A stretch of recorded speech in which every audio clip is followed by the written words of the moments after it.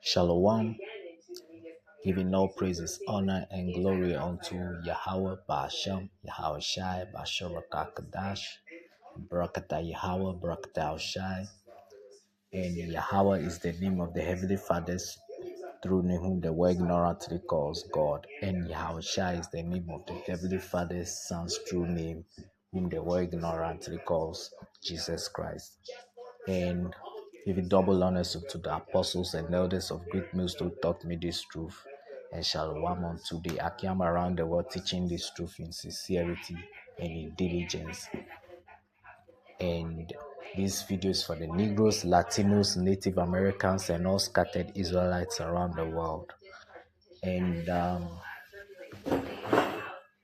in today's video, I go into another unrighteous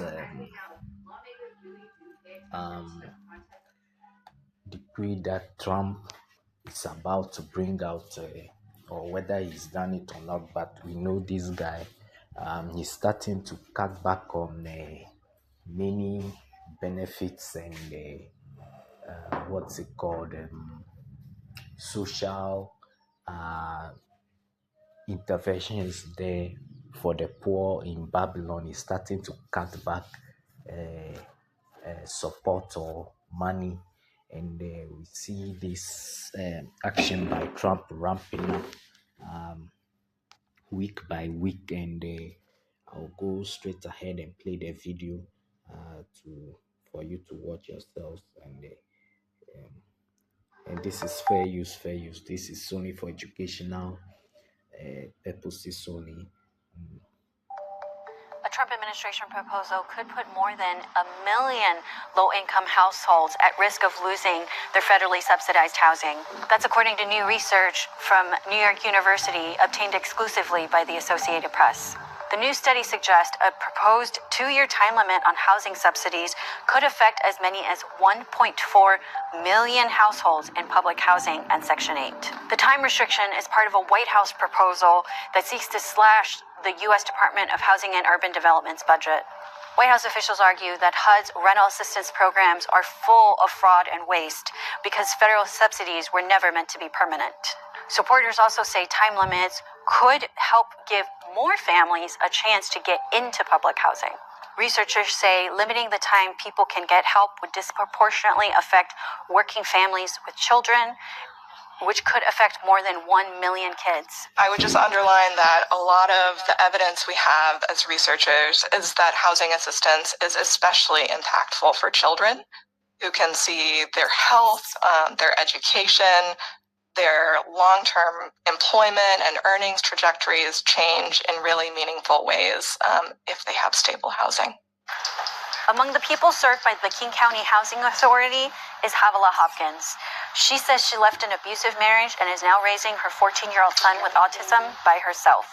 She works for a chain restaurant and knows that she likely wouldn't be able to afford market rate rents around here, which would cost her $2,000 more a month for the same 2-bedroom apartment. You know, this truly is a horrible time to be even considering taking away people's housing assistance, just because the cost of living is astronomical and the wages just aren't adding up. So it would definitely displace me right now. There's no way I would be able to, at the moment, afford to live in the city I work in and the city that my son is attending school in. So it will be a huge disruption to our lives. I would like to not think about the worst case scenario, which would be maybe homelessness. You know, I would like to, I'm going to figure I'm a fighter.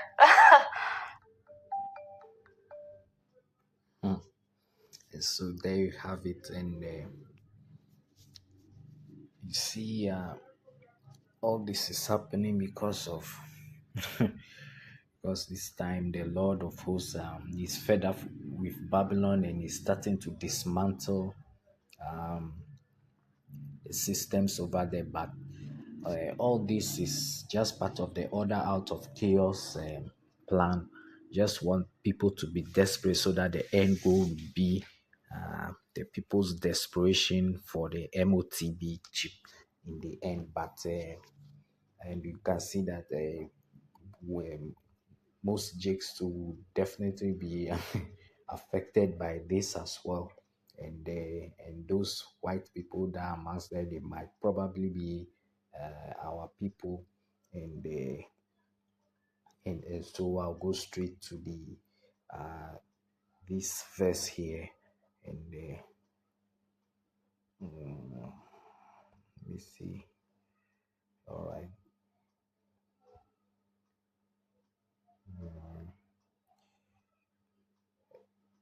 This is Isaiah chapter 10, verses 1. Woe unto them that decree unrighteous decrees, and that write grievousness which they have prescribed. And continue on to verses 2, to turn aside the needy from judgment, and to take away the right from the poor of my people, that widows may be their prey, and that they may rob the fatherless. And exactly this is what Esau is doing, because we know definitely most of our people, or so-called Black Americans and Latinos, who, if not the majority of those 1.4 million, will definitely be affected by this horrible ruling from Trump. And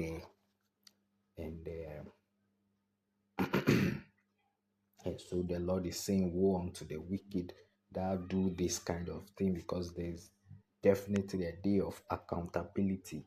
And I'll go straight to it. And it reads Proverbs chapter 21, verses 13.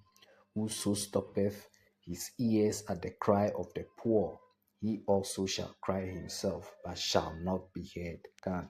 And so Esau, this is what will soon be coming for you, for doing this to our people, and other people in general, but most especially against the Israelites. The thing is, they will definitely be revenge.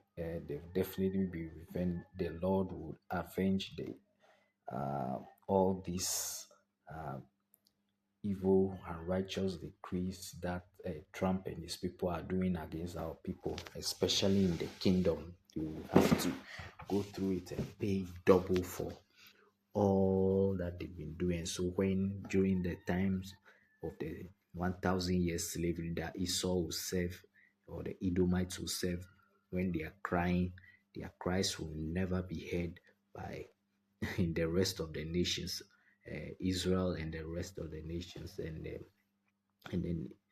so they will be the ones that will suffer the most amongst the nations. They will be at the very bottom of the nations, and they will suffer twice the things that our people have gone through on this side. And they go straight to the because the Lord too won't hear their prayers for any kind of relief when they cry out to the Lord for mercy, because they are the wicked. So they will have to serve their sentence. And going into the last precept, Proverbs chapter 29, verses 2.